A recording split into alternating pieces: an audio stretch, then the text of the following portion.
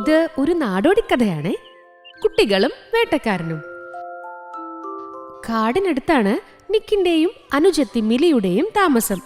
കാട്ടിലെ മൃഗങ്ങളുമായി അവര് നല്ല കൂട്ടായിരുന്നു.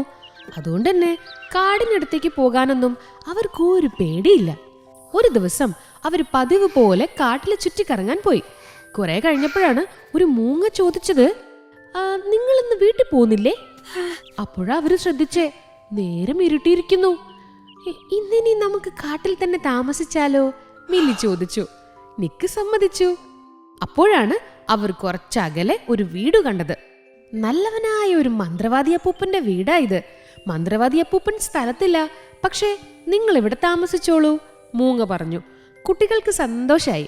അവർ വീട്ടിലേക്ക് കയറി.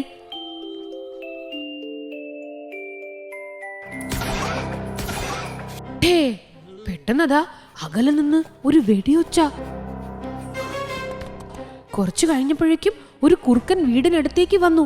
പിന്നെ ഒരു കരടി, അത് കഴിഞ്ഞ് മാനുകൾ, അങ്ങനെ ഓരോ മൃഗങ്ങളായി വീടിനടുത്തെത്തി. മൂങ്ങ അവരോട് പറഞ്ഞു, അപ്പൂപ്പ സ്ഥലത്തില്ല.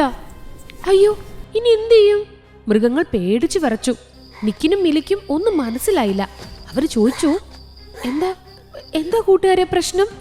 കുറുക്കൻ പറഞ്ഞു, ഒരു വേട്ടക്കാരൻ കാട്ടിലെത്തിയിട്ടുണ്ട്. ഓരോ തവണയും മന്ത്രവാദി അപ്പൂപ്പനാ എന്തെങ്കിലും മന്ത്രവിദ്യ ഉപയോഗിച്ച് അയാളെ ഓടിക്കുന്നത്. അപ്പൂപ്പൻ ഇല്ലാത്തോണ്ട് ഇന്ന് കുഴപ്പാവും. ഞങ്ങളൊന്ന് നോക്കട്ടെ. അതും പറഞ്ഞ് നിക്കും മിലിയും അകത്തേക്ക് പോയി. അവിടെ മന്ത്രവാദി അപ്പൂപ്പന്റെ ഒരു ഡയറി ഇരിപ്പുണ്ട്. അവരാ ഡയറി മറച്ചു നോക്കി. മുൻപ് വേട്ടക്കാരൻ വന്ന ദിവസം ചെയ്ത കാര്യങ്ങളെല്ലാം അതിലെഴുതി വെച്ചിട്ടുണ്ട്. അതെല്ലാം നോക്കി പഠിച്ച നിക്കും മിലിയും വേഗം മേശക്കരികിലിരിക്കുന്ന ഒരു പാത്രം എടുത്തു. എന്നിട്ട് ഡയറി നോക്കി ഒരു മന്ത്രം അങ്ങോട്ട് ചൊല്ലി. പാത്രത്തിൽ കുറെ കല്ലുകൾ വാരിയിട്ടു. കുറച്ച് വെള്ളം ഒഴിച്ചു. പെട്ടെന്ന് ആ പാത്രം ബൂന്ന് പറന്നങ്ങ് പൊങ്ങി. എന്നിട്ട് വേട്ടക്കാരന്റെ അടുത്തേക്ക് കൂവിക്കൊണ്ട് പാഞ്ഞു.